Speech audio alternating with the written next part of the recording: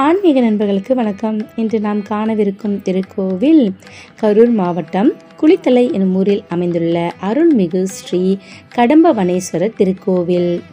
கோவிலின் மூலவர் கடம்பவனேஸ்வரர் உற்சவர் சோமாஸ்கந்தர் என்று அழைக்கப்படுகிறார். தாயார் முற்றிலா முளையம்மை பாலகுஜாம்பாள் என்று அழைக்கப்படுகிறார். தலவிருட்சம் கடம்ப மரம். தீர்த்தம் காவிரி பிரம்ம தீர்த்தம். ஆகமம் மற்றும் பூஜை காமிகம். இங்குள்ள விநாயகர் அணுக்கை விநாயகர் என்று அழைக்கப்படுகிறார். இங்குள்ள விமானம் திரித்தலம் ராஜகோபுரம் 5 நிலைகளை கொண்டது. சிவன் வடக்கு நோக்கி இருப்பதால் கோஷத்தின் பின்புறத்தில் தட்சிணாமூர்த்தி தெற்கு பார்த்தபடி இருக்கிறார்.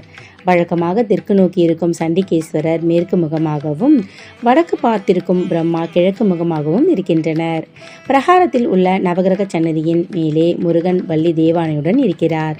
செவ்வாய் தோஷத்தால் பாதிக்கப்பட்டவர்கள் செவ்வாய்க்கு அதிபதியான முருகனையும் நவகிரகத்தில் செவ்வாயையும் வழிபடுகின்றனர். அருகே சனீஸ்வரருக்கு தனிச்சன்னதி இருக்கிறது. கருவறையில் லிங்கத்திற்கு பின்புறத்தில் சப்த கன்னியர்கள் இருக்கின்றனர். சிவன் சாப விமோசனம் கொடுத்த பொழுது சப்த கன்னியர்கள் மீண்டும் தூம்ரலோசனை அழித்தால் தோஷம் பிடிக்குமே என அஞ்சி அசுரனை எதிர்க்க முன்வரவில்லை. எனவே அசுரனை அழித்து தங்களை காக்கும்படி சிவனிடம் வேண்டிக் கொண்டனர். சிவன் அவர்களுக்கு பாதுகாப்பாக இருந்து அசுரனையும் அழித்தார். இவர் இத்தலத்தில் சப்த கன்னியர்களுக்கு பாதுகாவலராக இருப்பதாக ஐதீகம். இங்கு சுவாமிக்கு நேர்புறத்தில் இருக்கும் சாமுண்டியை துர்கையாக வழிபடுகின்றனர். எனவே துர்கைக்கு தனிச்சன்னதி இல்லை. பெண்கள் துர்கைக்குரிய வழிபாட்டை சிவன் சன்னதி முன்பாகவே செய்வது விசேஷம். ராகு கால வேளையில் இவளுக்கும் சிவனுக்கும் விசேஷ பூஜைகள் நடக்கிறது. இக்கோவிலில் சிவன் சுயம்புவாக வாமதேவ முகமாக வடக்கு திசையை நோக்கி இருக்கிறார். கோமுகம் வலதுபுறமாக திரும்பியிருக்கிறது. கோவிலுக்கு எதிரே அகண்ட காவிரி ஓடுகிறது.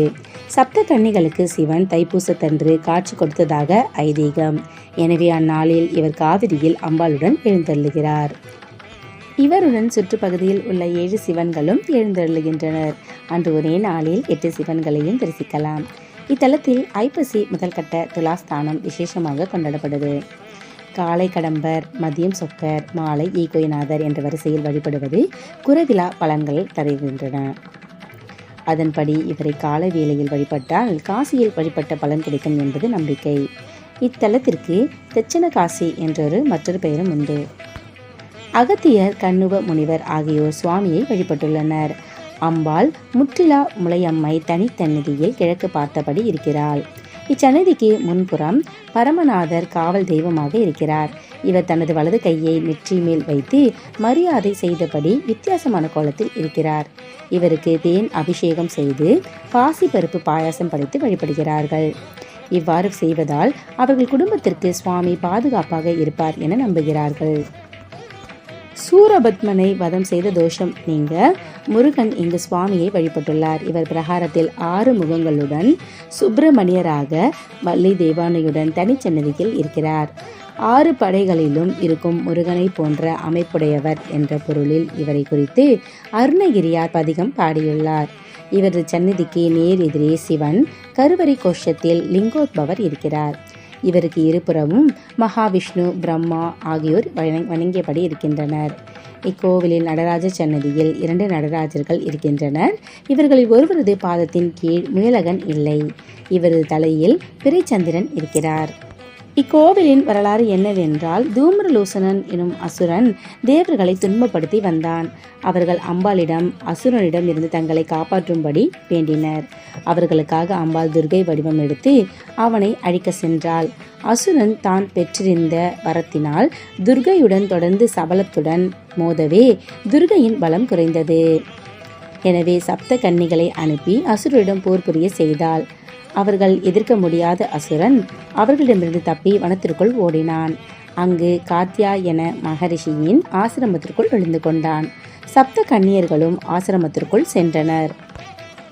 அங்கு முனிவர் தவத்தில் இருந்ததை கண்ட அவர்கள் தூம்ரலோசனன் தான் முனிவர் போல உருமாறி அமர்ந்திருப்பதாக கருதி முனிவரை அழித்துவிட்டனர். இதனால் அவர்களுக்கு பிரம்மஹத்தி தோஷம் பிடித்தது. அவர்கள் தங்களது தோஷம் நீங்க அருளும்படி அம்பாளை வேண்டினர். அம்பாள் இத்தலத்தில் சிவனை வேண்டிக் கொள்ள விமோசனம் கிடைக்கும் என்றாள். அதன்படி சப்த கன்னிகள் இங்கு வந்து தவமிருந்தனர். சிவன் அவர்களுக்கு கடம்ப மரத்தில் காட்சி தந்து சாப விமோசனம் கொடுத்தார். இக்கோவிலின் பிரார்த்தனை என்னவென்றால், பெண்கள் இங்கு வேண்டிக் கொண்டால் அவர்களுக்கு சிவன் துணையாக இருந்து காப்பாற்றுவார் என்பது நம்பிக்கை. பொதுவாக பெண்கள் தங்களது அனைத்து குறைகளும் தீர இங்கு வேண்டிக் கொள்கிறார்கள். வேண்டுதல் நிறைவேறியவர்கள் சுவாமி அம்பாளுக்கு திருக்கல்யாணம் செய்து வைத்து நேர்த்திக்கடன்களை நிறைவேற்றுகின்றனர். கோவிலின் திருவிழாக்கள்: மாசியில் 13 நாட்கள் பிரம்மோற்சவம், தைப்பூசம், வைகாசி விசாகம், கந்த சஷ்டி, பங்குனி உத்திரம் இங்கு வெகு விமர்சையாக கொண்டாடப்படுகிறது.